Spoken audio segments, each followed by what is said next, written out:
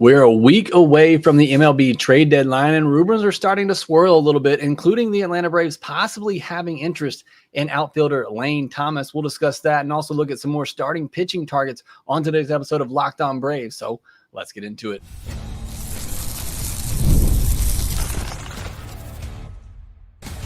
You are Locked On Braves, your daily Atlanta Braves podcast, part of the Locked On Podcast Network, your team every day. Hey, and welcome back to Locked On Braves, part of the Locked On Podcast Network, part of Locked On Sports Atlanta, where we cover your favorite Atlanta sports teams each and every day. I am your host, Jake Mastriani. You can follow me on social media at ShortstopBall. Follow the podcast as well at LockedOn_Braves. Make sure you subscribe on YouTube if you're new. Hit that thumbs up button as well.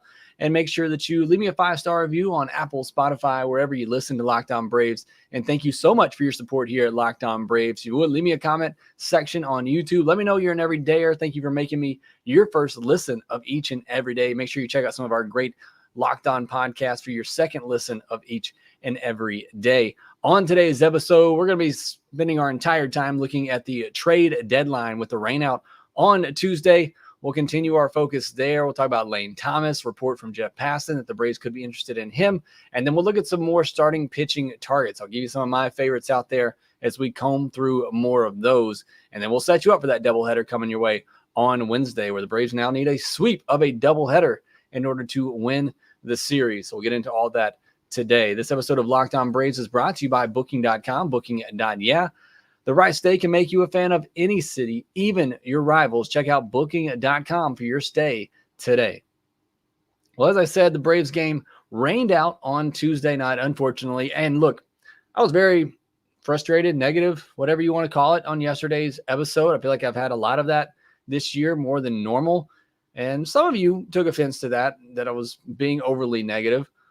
As frustrated as I am with this Braves team, don't get me wrong, I love this team. I was geared up and ready to watch them again on Tuesday. Couldn't wait till the game started. That's just being a fan and living in the moment. It's okay to get upset and get frustrated with your favorite team when they're not performing like you're capable. It doesn't mean, or have to mean, I know there are some people out there that just think, this team is over, the season is done. But just because you get upset and frustrated with your team, it doesn't mean you hate them. It doesn't mean you think they're just absolutely done with. So it's okay. Be a fan. Show some emotion. Get a little frustrated. I wish this Braves team would show a little bit of emotion. But, as negative as I was yesterday, as frustrated as I was, I still love this team. And I cannot wait to watch them play every single day. So I want to make sure that I clear that up, because there were a couple of comments. And thank you for your comments. Continue to put those in there.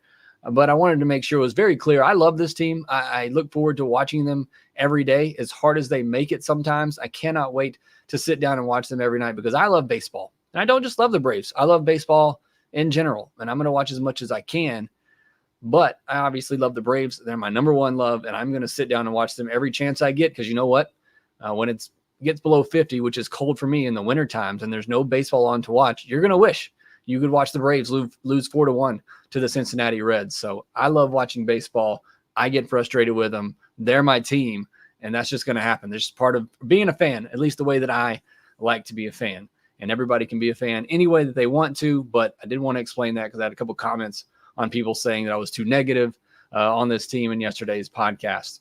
All that aside, let's get into the latest trade rumor out there. You want to call it a rumor, a report. It comes from Jeff Passan, who's one of the few national writers out there who I actually respect, and they typically don't say something unless it's 100% true, which as a reporter, you should never say something unless it's 100% accurate. That's at least what I learned in journalism school at Auburn.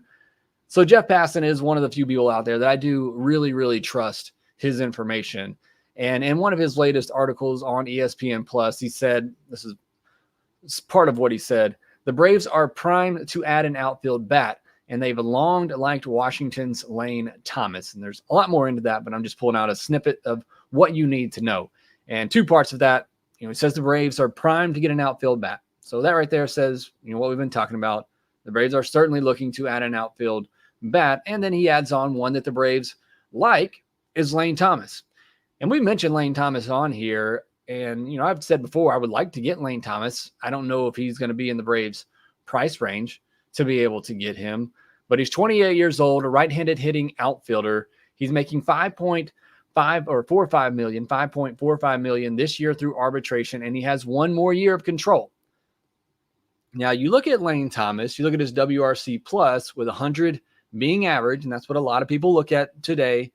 Last 4 years, including this year, 2024, he's had a WRC plus of 104, 97, 109, and 100. Pretty average player, at least in terms of WRC plus. Last year, he kind of broke out with the power. He hit 28 home runs while stealing 20 bases his first 2020 season. The power is down closer to his career norms this year. He has a 150 ISO. That's way down from what it was last year.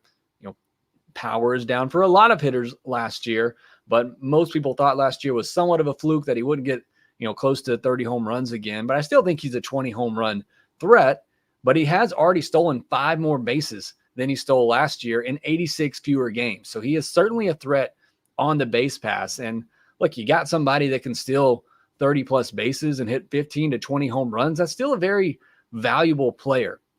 He's also this year increased his walk rate, which is good. He's not going to be a huge on-base guy. It's just a 315 on-base percentage this year. It's a 315 on-base percentage last year. That would be the 4th best on this Braves team if you include Travis d'Arnaud as a part-time player. So maybe I need to lower my expectations for on-base percentage and what is considered a good on-base percentage. But he's not, generally considered a high on-base type of guy, although his walk rate has increased this year and he's decreased his strikeout rate. So both of those are very good things that are trending in good directions. Savant has him with pretty bad range in the outfield, although he does have a really good speed. So maybe that makes up for some bad jumps that he's able to still track down some balls. And they do have him with a very good arm. So somebody that you can certainly put in a corner outfield spot, and I think would be very, very good and defensively for you as well. So you're looking at a guy, like I said, over a full season. I think he's a 15, 20 home run guy, 30 plus stolen bases, going to give you a 310 to 320 on base percentage, hitting the 250, 260 range. So it's a very good player, not a superstar. And he's not making a lot of money. And he's got an extra year of control. So what do you give up for a Lane Thomas? Can you get him for a J.R. Ritchie or an Owen Murphy and maybe another solid piece like an Adam Meyer? I don't know if that's quite enough to get him. Again, it's always hard to judge exactly, the value and how other team values their player and how they value your prospects. But I think a J.R. Ritchie or Owen Murphy and then another solid mid-tier prospect, I think could get it done for Lane Thomas. And then it just becomes what other trade packages are out there. Which one does Washington prefer the most? I would not give up A.J. Smith-Shawver, Waldrop, Schwellenbach, Guanipa, or Perdomo. Those are my 5 players that if you don't trade any of those guys at this deadline, it's a win for me. Those are 5 guys that I want to hang on to. You need Smith-Shawver, you need Waldrop, you need Schwellenbach for the rotation going forward. I like J.R. Ritchie. I like Owen Murphy. I'm very high on J.R. Ritchie. I had him ranked 3rd in my Braves prospects coming into the season. But you got to give up something to get something. And I think Schwellenbach has passed both of those guys. But I would really love not to trade those 5 guys that I just mentioned. And if you can get Lane Thomas without giving up one of those 5 guys, I would be all on board for that happening. And then the question becomes, what do you do about 2025? And a lot of people have been asking that. What do you do if you go get an outfielder who has control for 2025 when you should have Jared Kelenic, Michael Harris, Ronald Acuna Jr.? My answer to that is you worry about that in the offseason. If Lane Thomas can help you this year and you can get him at a good price, go get him. And then you worry about next year. Worry about it in the offseason. Now, what you could do with Lane Thomas, you could use him in a platoon situation with Jared Kelenic, and then you could also use him when you get Ronald some days off, especially early in the year, and then things will typically play out over a season, and he'll likely get his playing time. So you could use him that way. Now, he probably needs to be playing every day for you, so you don't want to put him in a part-time role, but I think you can find spots for him to play enough. And then when those injuries probably do happen, you got a very good backup in Lane Thomas. So I like the idea of going and getting him. I've always liked the idea of going and getting him. I mentioned Jesse Winker just because, and I only mentioned Winker because he's just his teammate, but Winker is somebody that is a rental player, that is cheap monetarily, and somebody that gives you more of what I think is a need on this Braves team and somebody that can get on base. And at least this year has shown some speed as well. But I would love Lane Thomas. Again, if you can get him without giving up one of those 5 prospects I mentioned, I think you go make that deal happen. You worry about the outfield situation next year once we get to that point. So let me know what you think. Should the Braves go after Lane Thomas? What would you be willing to give up for Lane Thomas? Would you be willing to give up one of those 5 prospects I mentioned in order to get him? Let me know those thoughts and comments down in the comment section below on YouTube. Next, we'll turn our attention to the starting pitching side of things. Yesterday, I took some of your comments. Today, I'm going to run through the list from MLB trade rumors and tell you which names I think make the most sense for the Braves. We'll get into that discussion here next. This episode of Locked On Braves is brought to you by Booking.com, Booking.yeah.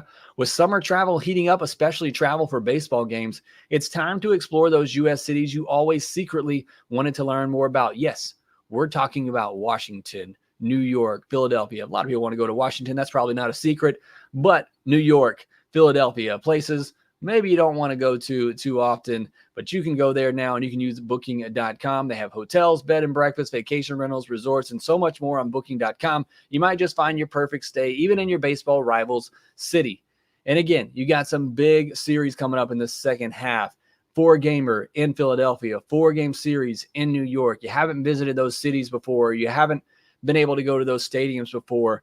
Mark that off in the second half of the season. You can use Booking.com to get there. The right stay can make you a fan of any U.S. city, even your rivals. Book today on Booking.com on the site or in the Booking.com app. PrizePicks is America's #1 daily fantasy sports app with over 5 million active members. PrizePicks is the easiest and most exciting way to play daily fantasy sports. Unlike other apps on PrizePicks, it's just you against the numbers. It's that simple. You open up your PrizePicks app, download it if you haven't already. Make sure you use our promo code LOCKEDONMLB. You're going to get a first deposit match up to $100. Once you open your app, hit that MLB tab at the top. You're going to see pitcher strikeouts, first inning runs, hitter fantasy score totals, lots of different stat projections that you can choose from. All you do is look at those and then pick more or less on 2 to 6 player stat projections. So on Wednesday, you're going to look in there. They're going to have Chris Sale. They're going to have a particular stat projection for his strikeouts, and you're going to hit that more button because Chris Sale going to give us a big start on Wednesday. Absolutely have to have it. That's all you got to do. And now you can win 100 times your money on PrizePicks with as little as 4 correct picks. Turn $10 into 1,000. So download the PrizePicks app today. Use code LOCKEDONMLB for a first deposit match up to $100. That's code LOCKEDONMLB on PrizePicks for a deposit match up to $100. Pick more, pick less. It's that easy. If you're like me, you enjoy having sports on your TV all day in the background while you work, make the switch to Locked On Sports today, a free 24/7 sports channel program just for you to bring you the biggest and best stories from all the major sports. You can find Locked On Sports today on YouTube or in the free Amazon Fire TV channels app, part of the Locked On Podcast Network, your team every day. Coming up later on the week here on the podcast, we will have an Around the League episode, probably Thursday morning, as me and Grant recap the doubleheader on Wednesday night on the postcast. And then Thursday night, most likely, we will have a mailbag episode. So get ready to submit your questions to that. But let's jump into our trade discussion here. We're going to look more at the starting pitching side of things. This is where, again, we talked about it yesterday. I think the Braves have to go out and find a starting pitcher. I think the question now is, do you find a rental or do you go get somebody with that extra year of control? We discussed it a little bit with the outfielders and Lane Thomas, who has that extra year of control. I think in the outfield, I'd almost rather prefer a rental, which is why I'm maybe more in on getting a Jesse Winker type. Again, would love to get Randy Rosarina, Lane Thomas, Luis Robert, those types of players, would love to. But I almost think if you're going to go after a starting pitcher, get somebody that you can have for this year and next year. I'm going to take a couple of names off the board. I think Jack Flaherty's off the board. He's #1 on MLB trade rumors for a reason, and they think he could get you a top 100 prospect. I'm not giving up AJ Smith-Shawver or Hurston Waldrop or Spencer Schwellenbach. I'm not giving any of them up for 2 months of Jack Flaherty. I'm just not paying that price. And maybe that price isn't that high, but I'm just not paying that. I need those guys for going forward. So I'm taking Jack Flaherty out of the discussion. I'm taking Garrett Crochet out of the discussion. I don't think the Braves are going to pay that price tag for what it should get, for what it should take to get him. So those are the two best choices: Jack Flaherty, Garrett Crochet. If Tarek Skubal's actually available, then he would be up in there as well. But those are the top choices. You take a step down for that. Eric Fedde, Zach Eflin, two names we talked about on yesterday's podcast, I think are the more ideal candidates, because you get either one of them without giving up one of those 5 prospects I mentioned earlier. And I'll say them again: AJ Smith-Shawver, Waldrop, Schwellenbach, Perdomo, and Guanipo. If you can get anybody at this trade deadline without giving up those 5 players, I'll be really, really happy. That really includes Nacho, who the Braves need now, who I think the Braves were possibly showcasing at third base before it became a huge need that they had to have Nacho. But those 5 prospects in particular that I mentioned, if you can get anything of significance at this deadline without giving up one of those 5, I'll be very, very happy. And I think you can do that for Eric Fedde and Zach Eflin. Now, these are guys that I feel are more middle of the rotation, 3-4 type of starters. They're having really pretty good years, or at least in the case of Fedde's having a solid year. Eflin's been kind of up and down with the Rays. But not only do they provide you more depth this year, which you need, even if Fried is back, I think at this point you just can't risk it, not knowing what's going to happen in those final 2 months with all the injuries the Braves have had this year. I just don't think you can risk it. So go ahead and get some depth in the starting rotation. And with Fedde, Eflin, you're not only getting that this year, but they have another year of control at pretty good amounts. Fedde making $7.5 million. I think Eflin was $13 million. So I like those 2 options. I think those are probably my 2 top options for them to get, because while I do feel better about the 2025 rotation, you're now looking at Chris Sale, Ronaldo Lopez, Spencer Schwellenbach, AJ Smith-Shawver, Waldrop, Elder. There's some really good names out there that you have. Ian Anderson, obviously working his way back. So I feel much better now about the 2025 rotation than I did coming into the year. But you still have some big losses with Max Fried and Charlie Morton likely not coming back.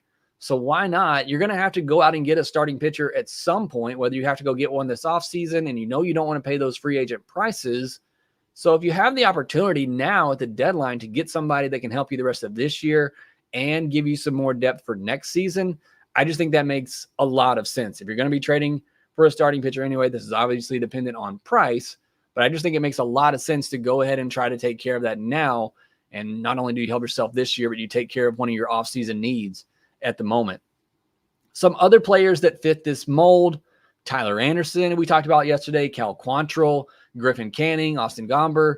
These all, again, fit that same scenario of somebody who will help you this year, but also gives you some depth for next year.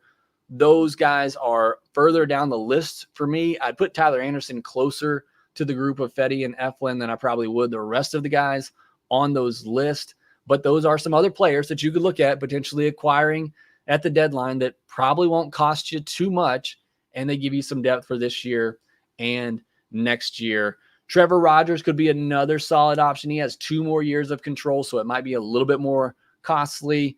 Jamison Taillon is making $18 million. We talked about him yesterday, but I didn't realize how much he was making. He's making $18 million the next 2 years. So consider me out on Jamison Taillon. I know he's having a really good year for the Cubs, but more of a contact pitcher. How long can that last for? I'm very skeptical on Taillon being worth $18 million the next 2 years. Nathan Eovaldi, another option out there. He's making $16 million this year, a $20 million vesting option, and a $2 million buyout. I didn't see what that vesting option was, but wouldn't hate that move, certainly. And Eovaldi, a guy who has some postseason experience.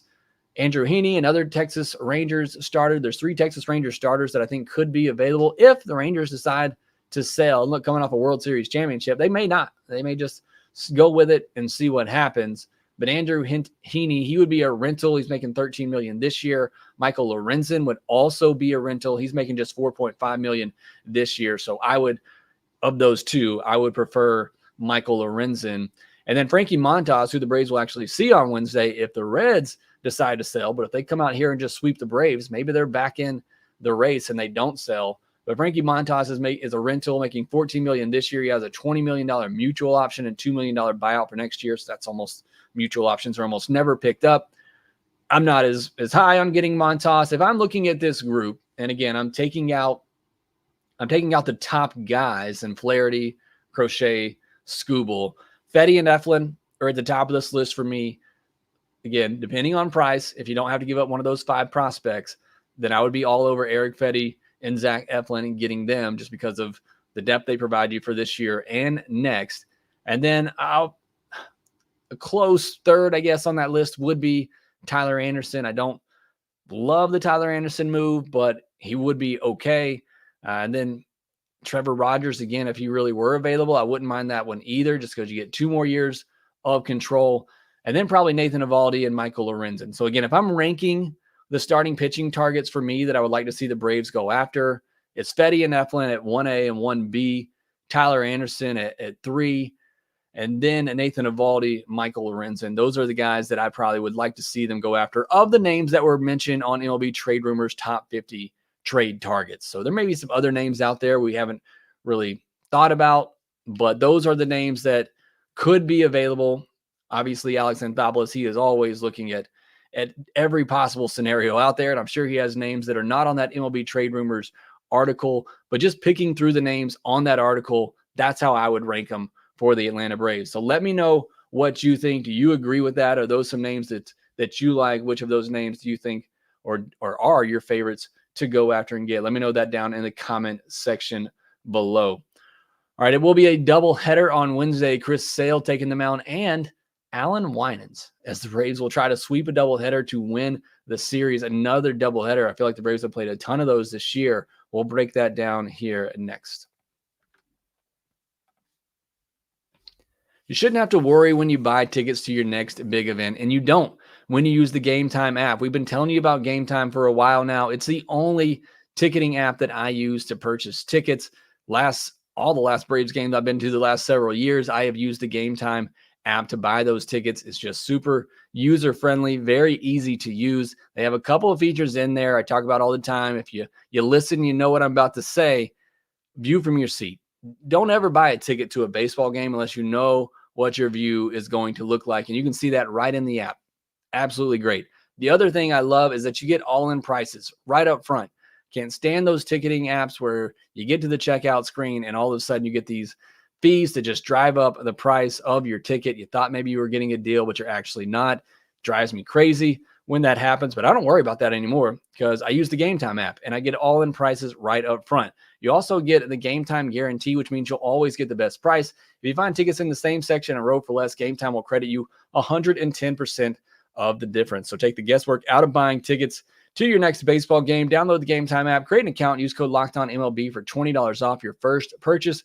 Terms apply. Again, create an account and redeem code LOCKEDONMLB. You can see it right there down in the description below for $20 off. Download Game Time today. Last minute tickets, lowest price guaranteed.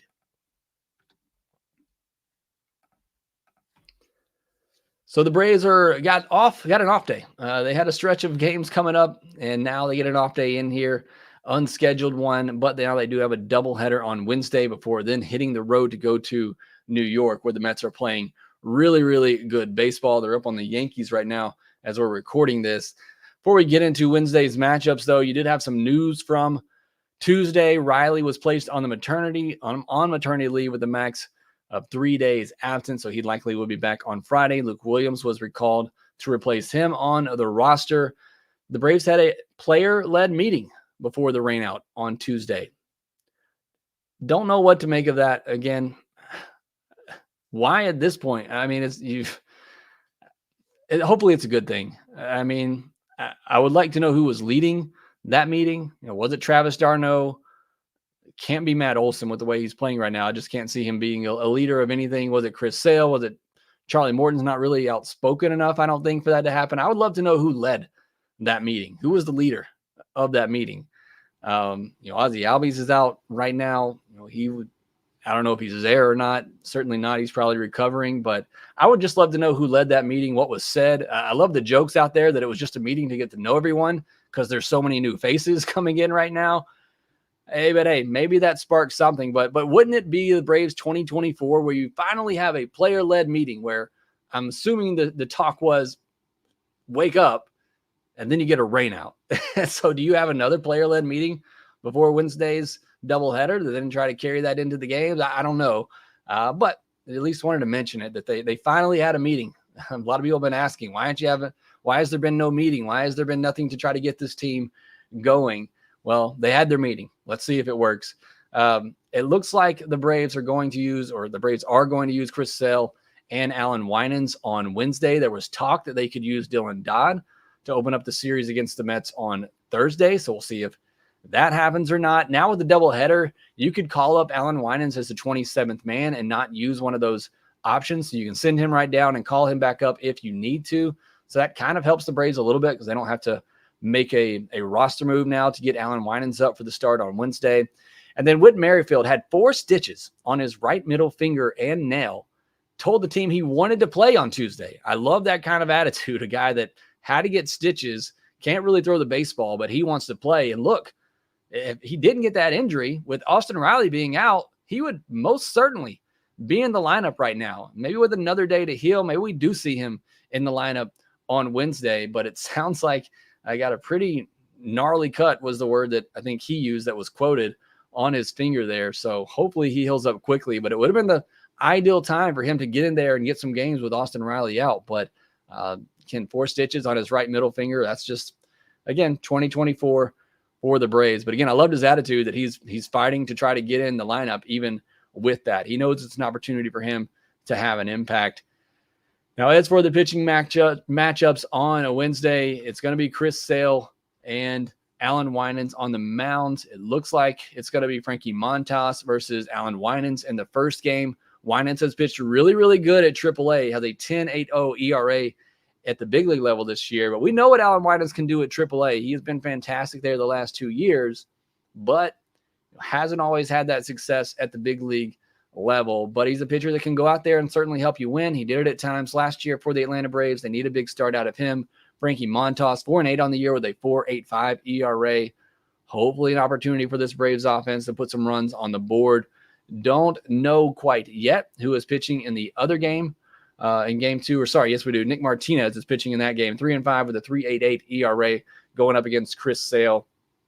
It's just one of those games. You circle it and say, we will win this game. Every time I say that, I think back to that White Sox game that Chris Sale pitched in, and it's a game where you say, we will win this game. You have Chris Sale on the mound against the worst team in baseball, and the Braves didn't. But again, with everything that's going on with the Braves right now, you need Chris Sale, and it'll be in game 2 tomorrow, hopefully coming after a win, and you get Chris Sale in the nightcap to hopefully finish things off and get a series win. So that'll be the plan for the Braves on Wednesday in that doubleheader. It is a split doubleheader. Got to get that gate money. So you go to game 1, you got to leave and come back in for game 2. The Braves aren't going to miss that game money. So they'll get a split doubleheader, which means they're going to leave super late on Wednesday to travel to New York for that series. So that'll be the matchups on Wednesday. Again, me and Grant will cover that on the postcast after the games, and I'll also touch on it on Thursday's podcast as well, that take you around the league with all the news and rumors happening, as we'll be really coming up on the trade deadline at that point. Maybe we'll have some trades happening by then. That will do it for this episode, though. Thank you so much for joining me. I see Monty 2K, Laro Bond in here again, who's surprised that Winans is pitching. Yeah, he's back. We'll see what he can do. Doc's Cards reminding everybody, hit that like button if you haven't already. Miguel Fria in here as well. Thank you so much for joining and adding to the conversation. David Agnesia, Ecuadorman, says, Jake, I don't trust Vines, but isn't he better than Winans? Winans has been better at AAA than Vines has, so I think Winans is the right call. I also didn't look to see where they were in the rotation, but I do think I would prefer Winans over Vines at this point. Braves thrilled. Braves are not selling. If they give up on the season, just keep everyone, but 100% not selling. I agree with that. The Braves are not selling. You got a chance to win.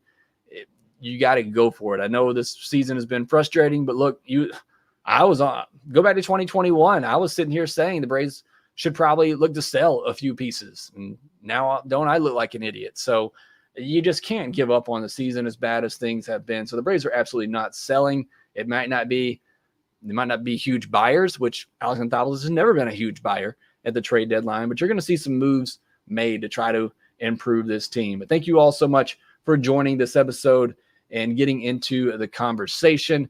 If you haven't already, again, subscribe on YouTube, hit that thumbs up button, follow us on social media at shortstopball, at @LockedOn_Braves, and make sure that you rate, review, and subscribe to the Locked On Braves podcast wherever you get your podcast, and we will talk to you next time.